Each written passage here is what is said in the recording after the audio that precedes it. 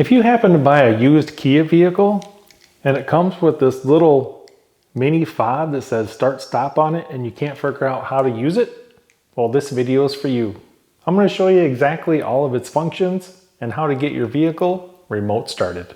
So this is the Kia add-on remote start system. This is called a mini fob, and I'll show you the three features.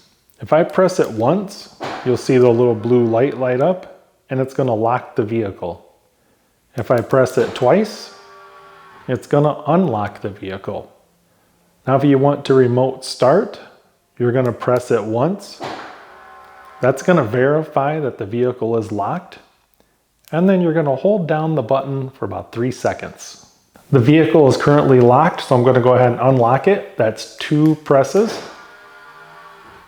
If you want to lock the vehicle, that's 1 press. To remote start, you're going to push the button once to confirm that the vehicle is locked, and then hold down the button for 3 seconds.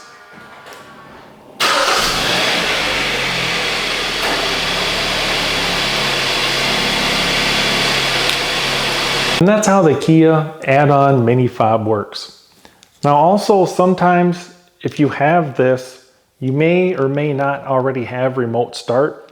If you hit the lock button and then hit the trunk button really quickly, sometimes their vehicles will start as well. I think it depends on the year. Hope you guys enjoyed the video, and thanks for watching.